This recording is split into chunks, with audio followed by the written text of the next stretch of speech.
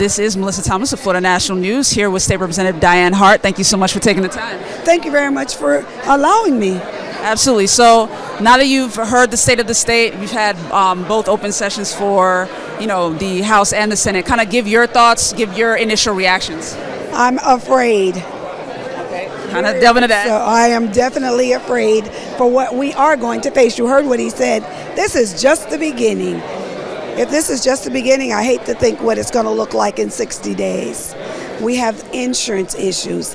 We have affordability of housing. Housing is the only thing that I heard that I think I can fully support.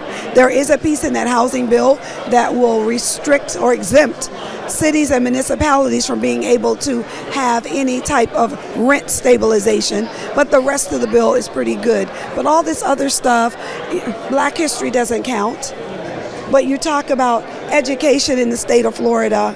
We're not educating our children. You're taking away educational opportunities for our kids to know who they are. And I think that's very sad.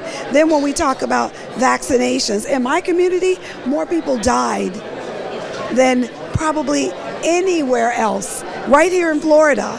So, I sat there and I heard him say all those things, but he's not being truthful.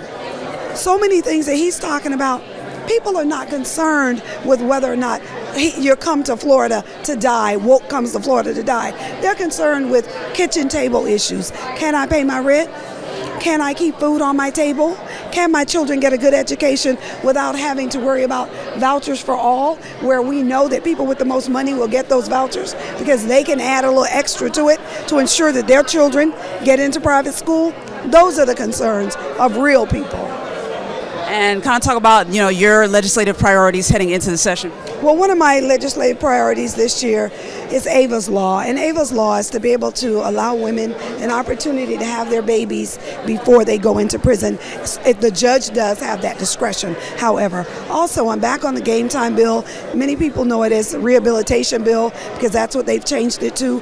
But did you hear Renner talk about how, and the governor, how many more people are going to get locked up? We have 90,000 people incarcerated.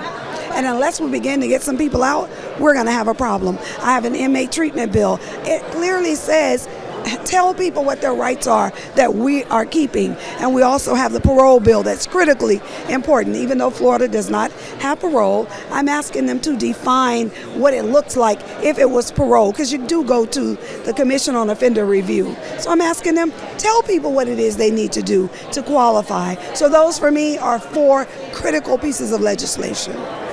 All right, State Representative Dianne Hart, thank you so much for your time. Thank you, darling, for having me.